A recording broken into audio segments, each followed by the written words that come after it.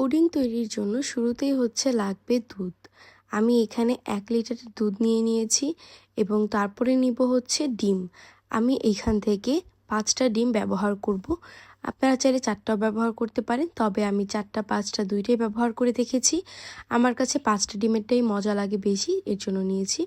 তারপরে নিয়ে নিয়েছি ভ্যানিলা এসেন্স, আর তারপরে নিয়েছি চিনি, আর সব কিছু নিয়ে নিয়েছি যেখানে আমি পুডিংটা বানাবো। আর নিচে একটা হ্যান্ড whisk যেটা দিয়ে আমি এটাকে মিক্স করব। তো সবগুলো ইনগ্রিডিয়েন্ট আগে আমি নিয়ে নিয়েছি। এখন আমি দুধটাকে গরম করব। আর দুধটাকে গরম করার জন্য এখানে 1 লিটার দুধ আমি দিয়ে দিব। আর এই 1 লিটার দুধটাকে ভালো করে জাল দিতে দিতে আমি এটাকে হাফ লিটার করে ফেলবো। এরকমভাবে দুধটাকে জাল দিতে হবে। দুধটা দেওয়ার পরে আমি এটাকে অনবরত নাড়ছিলাম, কারণ এটা ভিতরে লেগে যাবে যদি না নাড়ি। তো এরকমভাবে একটু পরপরই নেড়ে দিচ্ছিলাম। আর এটাকে যখন হাফ কেজি হয়ে গিয়েছে, এটা একটু ঘন হয়ে গিয়েছে, সেই টাইমে আমি দুধটাকে নামিয়ে নিয়েছি। এর আগে পর্যন্ত কিন্তু এটাকে ভালো মতো নাড়তে হবে। তো এখানে আমি 5টা ডিম নিয়েছি। এখন এগুলোকে ভালোভাবে মিক্স করে নিব। আর এটাকে বেশি মিক্স করা যাবে না, তাহলে ফোম ক্রিয়েট হয়ে যাবে।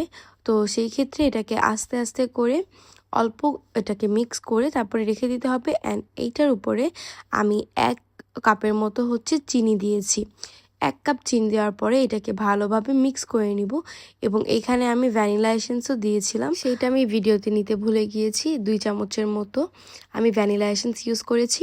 আর তারপরে ওই মিক্সচারটাকে ভালো মতো মিক্স করে এইটার উপরে একটা ছাঁকনির সাহায্যে দুধটাকে ঢেলে দিয়েছি। অবশ্যই এগুলোকে আপনারা ছেঁকে তারপরে দিবেন। আর এইগুলোকে আমি 2বার 3বারের মতো একটা পাত্র থেকে আরেকটা পাত্রে বারবার ছেঁকে নিয়েছিলাম। এখন ক্যারামেল তৈরি করব। আর এইটার জন্য একটা ছোট প্যানের মধ্যে আমি 2 চামচ চিনি নিয়েছি।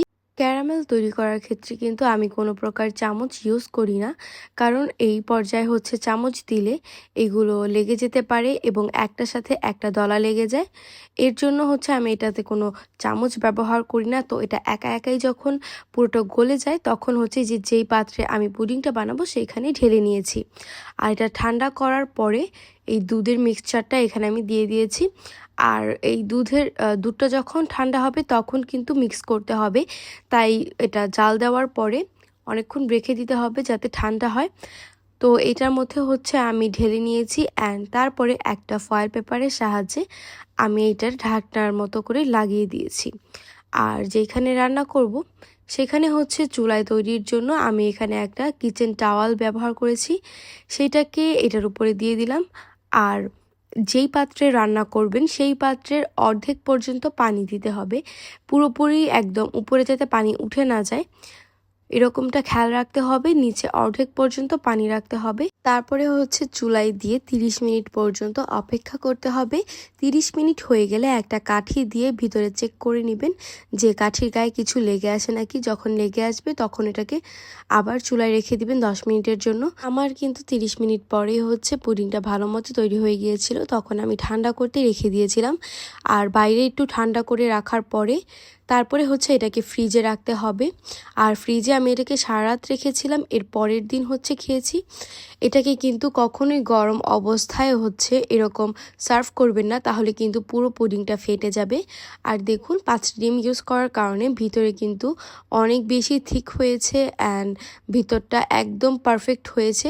এটা কিন্তু ভেঙে যাওয়ার কোনো চান্স থাকে না যদি 1 কেজির দুধে 5টা ডিম ইউজ করা হয়।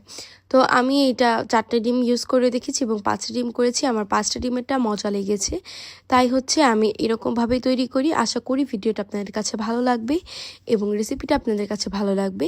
যদি ভিডিওটা ভালো লেগে থাকে তাহলে লাইক করবেন, শেয়ার করবেন আর আমার চ্যানেলটিকে সাবস্ক্রাইব করতে ভুলবেন না।